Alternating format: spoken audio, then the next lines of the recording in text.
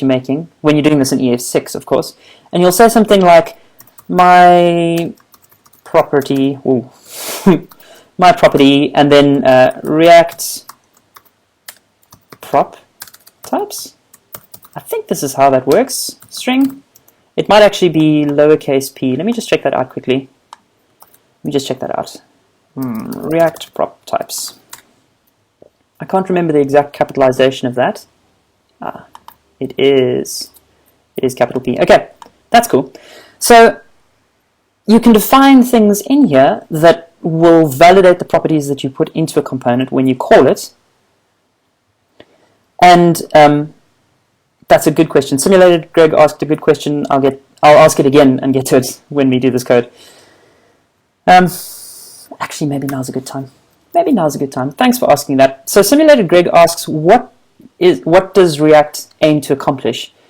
It's kind of a loaded question. It's kind of a loaded question. I think the way that I'd like to answer that is that when you're making interface things, when you're designing a big application with a complex hierarchy of components in your interface, things get kind of messy. Say you're making an e-commerce site. I'll put this back to talking. Yes. Say you're making an e-commerce site, and you've got a list of products that are in your e-commerce site, and maybe like a shopping cart in the top right, and you want to have Ajax power a lot of that stuff so that you don't do full page refreshes the whole time, or so that the interface can feel a bit more responsive. Then you would probably do something like add event handlers to buy buttons next to products. And when those are clicked, you would tie into the shopping cart. So you would get the shopping cart with jQuery or whatever you're using and add elements to it or change text in it so that other parts of the site can respond nicely to events that happen elsewhere, to significant events. And that's what gets kind of messy with it. You end up coupling large parts of your site together without necessarily meaning to, and when you need to change things, this is kind of an inflexible approach. You have to worry about all kinds of events happening all over the place and making sure that all the edge cases of your interface work nicely together. And there have been a lot of libraries and architectures to try and get around this. And they usually take the form of splitting out different, let's call them technologies. So they'll do things like have templates as like a string or like an element with HTML inside. And they'll have models or data objects or something to that effect that synchronize with a kind of local storage or database or backend or over sockets or whatever. And then they'll have controller stuff that sits in the middle, like a kind of glue, tying parts of the templates to parts of the data model.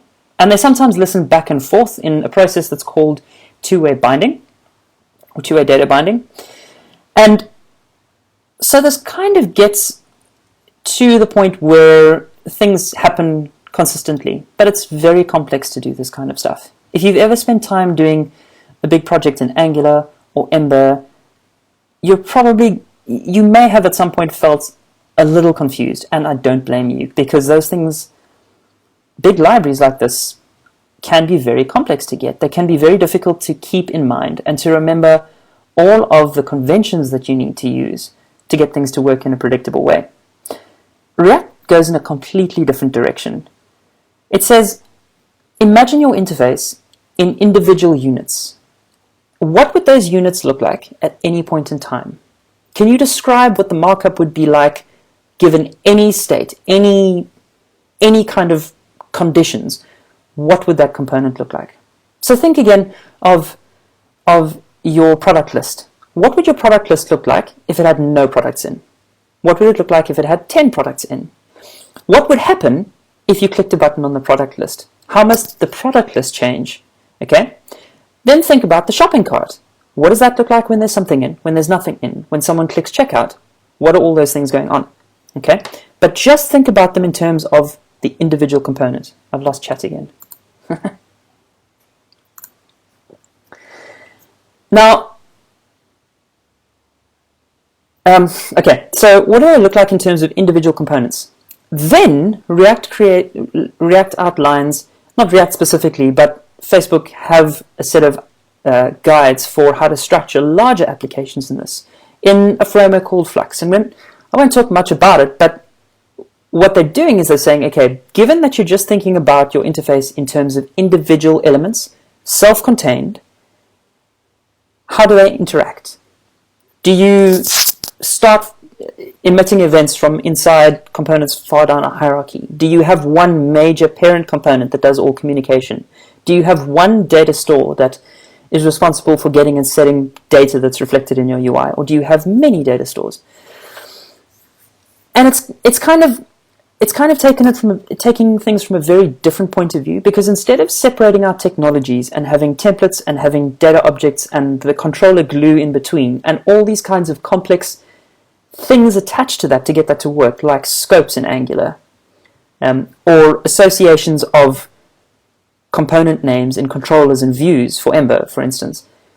Instead of those complexities, it says, okay, worry just about the component and write markup for what it's supposed to look like within that component, and even style it in line. Because yes, you can separate these things out and you can have separate style sheets, and there are pros and cons to that approach, and you can have separate markup and JavaScript that controls it, but actually this stuff is all combined. It's not markup and logic, it's markup and logic that controls what the markup looks like. Those are fundamentally linked. And so React says, okay, do it all together, and then just think about sensible ways of connecting it together. Hopefully that description did it justice. But as we go along, feel free to ask questions about this stuff, and I'll try and answer it sensibly. And if you hear me say something that you disagree with, question it, because we can get to the bottom of these kinds of things. And I don't know, let's have fun. Back to coding. Now, we can create a simple component like this. I haven't really outlined this kind of syntax. If you've come from... Yes, Simulated Greg brings up a good point. It's often called the V in MVC. The creators of React just call it like a view generation library. It's all about the appearance of a component at any amount of time. React doesn't come with concepts of database storage or local storage or routing. There are things that libraries you can plug into and download for that, but React's just concerned with how things look, and they do it very cleverly. Now, this syntax is kind of common if you've grown up in a language that does like Java or C# or PHP, where you have things called classes, and classes are like blueprints. They're like types. Like you can think of a string as a type. There are certain methods you can call on it. There are certain properties it can have, like length, and classes are like that. They're like a userland implementable type. So it's possible in the latest version of JavaScript that's kind of been rolling out in browsers these days to do classes, to define classes. And these are little more than functions that have kind of a greater scope. So it's functions to which you can attach other methods and properties, but ES6 exposes a little bit of syntactic stuff to make using the class keyword possible, and it just does all the stuff behind the scenes to simulate classes. It's not a typical class-based inheritance system like PHP or like C# or like Java. It's prototypical inheritance, which means, and because it's possible in a dynamic language, it means that you can create a type in JavaScript, and you can create other types based on the behaviors of that first type. You can create, in similar terms, a class and a subclass. But you can further modify the parent. You can modify the original type, and instances of the subclasses or the subtypes will inherit that modification unless they've overridden it. It's super interesting. If you're familiar with Ruby, it's possible to do something similar like that in Ruby called monkey patching. At least the way that you use it can be similar. It's not the same mechanic, but the way that you use it can be similar. So using the latest version of JavaScript and React, we can create components like this, which are subtypes of a React component. All that is to say, this will work like classes that you'll be familiar with. Super is an alias to the name of the parent type. And so if you wanted to do something, if you wanted to call a different method on the parent class, you could say something like super method with the parameters. Super just refers to the constructor of the parent. I should have said that first. Anyway, what this is going to do is we're creating a subtype or a subcomponent of the main React component. We've kind of got this as a placeholder if we want to do some constructor stuff. And every React component has a render method. And you can think of this render method as being the method that determines what markup that component does. You can imagine it's just getting called once. But you can do some state-based stuff. So you can say something like, if this props color is red, for instance, then you can render something like, you know, you just render other elements, else render a default, whatever. You can do logic here that changes how this component's markup is rendered. And you can imagine that it's only getting called once. In actuality, it's getting called as many times as the data given to this component changes. But you don't have to think about that, at least not when you're beginning anyway. Now there's a funny kind of markup here, and it's a div. It looks like HTML within JavaScript. React has this superset language, an optional superset language. You don't have to use this, but it's an optional language called JSX. And what it is, well, I don't actually know what that stands for, but how I can describe it is that you can mix markup inside JavaScript, and it just gets passed to ordinary JavaScript, ES5 compatible JavaScript. There are a few edge cases which we will explore as we use React more and more, but this kind of thing, it looks weird, but it's okay. And it's along that line of thought that you don't need to be separating markup and logic that controls that markup. You can put it together because, yes, that's what JSX is. You can put it together because it's all part of the same component, and it's an interesting, novel way of thinking about what this looks like. Now here I've done prop types here.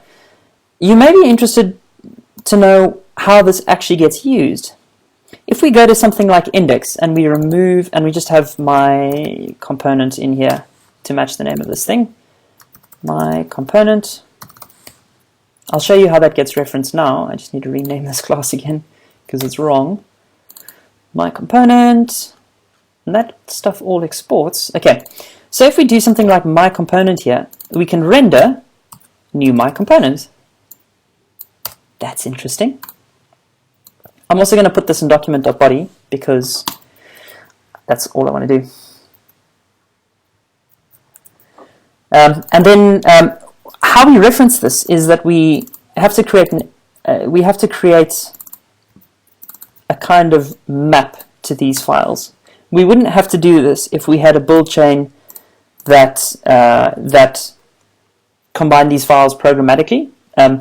Also, I want to change this to be just a little bit more consistent with the other stuff that we've got going on. We just have to create this reference now because of the code that's going to load the stuff automatically for us. You don't need to do this if you're not doing live. It's a kind of live interpretation. You don't actually need to do that if you've got a build script, a build process that will convert this to ES5 compatible code. Okay. I copied the wrong thing there. Got some really funny syntax. Oh no, what has it done? It's done some really interesting stuff. This is why you make sure you don't copy and paste dodgy code. Moves to trash. My component. Okay, so this should be a JavaScript file now. The parts that are ES6 are this kind of importing, this kind of class stuff, the way that these methods are defined, and exporting this component. And we export this component for the same reason that we can import an object from this reference, because the default thing that's imported is